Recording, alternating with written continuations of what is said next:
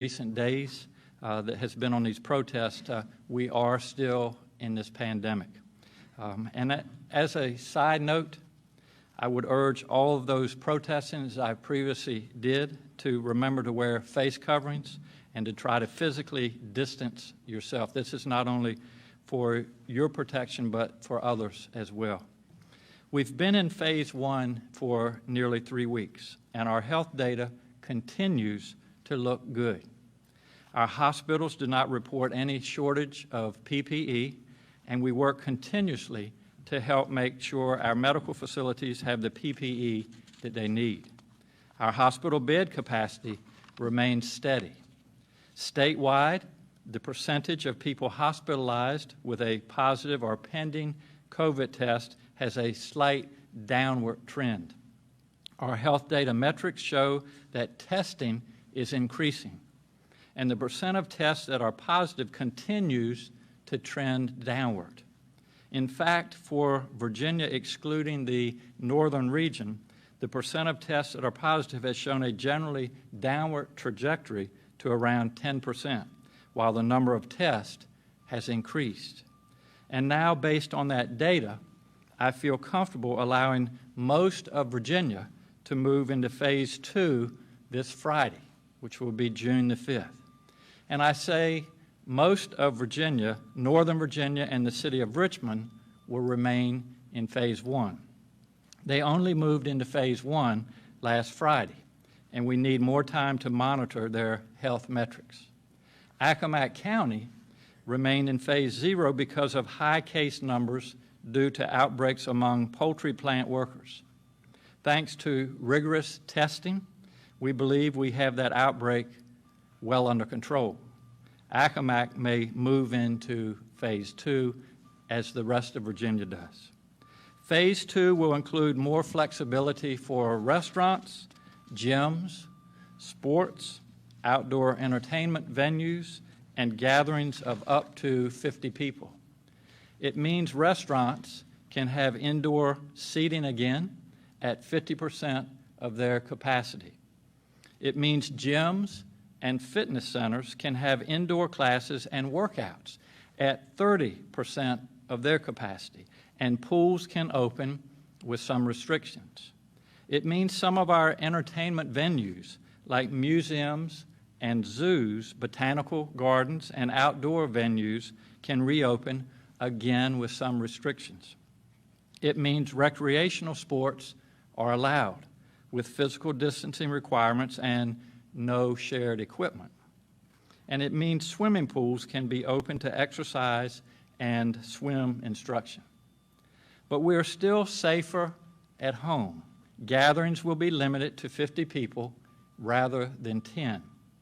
We still strongly encourage teleworking and physical distancing, and face coverings are required in indoor spaces. We'll talk about all of this in more depth on Thursday, but the details will be available on our website later today. We also know that with more people returning to work, more people will need child care.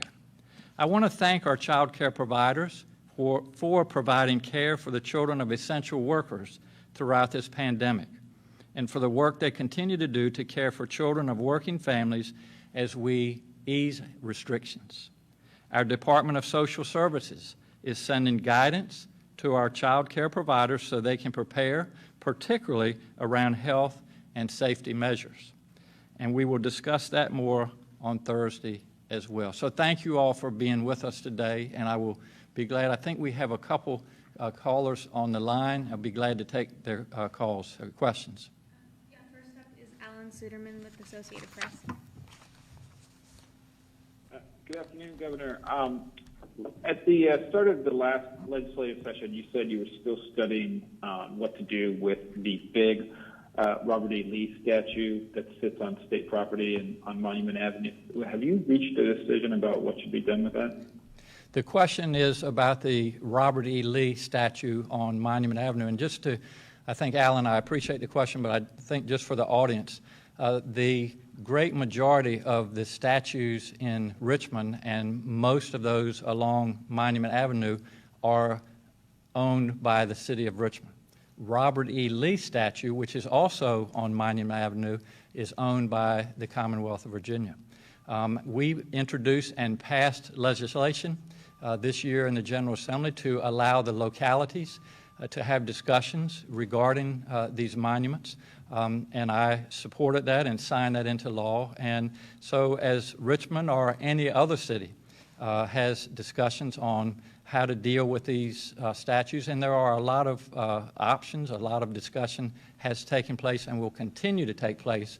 I will follow that discussion and really follow the lead of our mayor, our city council, and the people that live in Virginia. The people that live in the city of Richmond. Next up is Luann Rife with the Roanoke Times. Thank you. Governor, as of today, the deaths of nearly 800 Virginians from COVID-19 are linked to long-term care. And the figures released yesterday by CMS have the nursing homes reporting fewer than half that number. If that's accurate, would the balance of deaths be occurring in assisted living and group homes that are under no public reporting mandates? Virginia has continued to refuse not just to name these places, but to state which localities and neighborhoods they're located in. And there's no information given on race and ethnicity. Will you reconsider your administration's position and at least begin to report on the localities and demographics of the cases and deaths in these homes? Dr. Fulano, do you want to address the nursing home?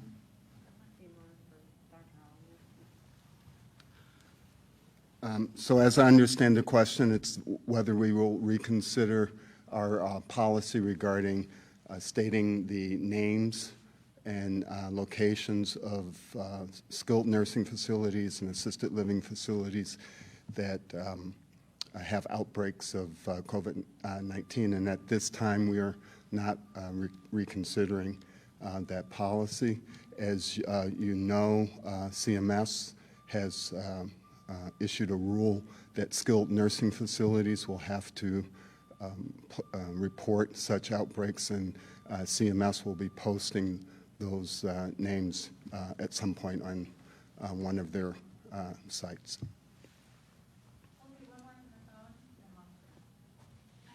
Taylor Coleman with ABC 13 in Lynchburg. Hi, Governor. Here in Lynchburg, Liberty University President Jerry Falwell Jr. tweeted that please wear a mask with the alleged blackface photo from your yearbook page on it. Now, this tweet has led to a lot of unrest the last few nights here in Lynchburg. What would you say to Mr. Falwell and your message to the protesters upset with the tweet? The question was about a tweet that came from the president of Liberty University regarding the wearing of face masks and what those face masks would look like. I would just say that in response that my background in neurology and psychiatry is to deal and really help parents deal with their children's behavior. And Child Psychology 101, Chapter 1, tells us do not water the weeds, and I would consider the source. Yes? All right, well, thank you all again, and we will, today is Tuesday. We will talk more on Thursday about moving into phase 2 and also talk about youth sports. I had intended to do that today, but we're going to talk in more detail on Thursday and certainly be able to answer a lot more of your questions as well. So we appreciate you being here. Thanks for your patience, and have a good afternoon. Thank you.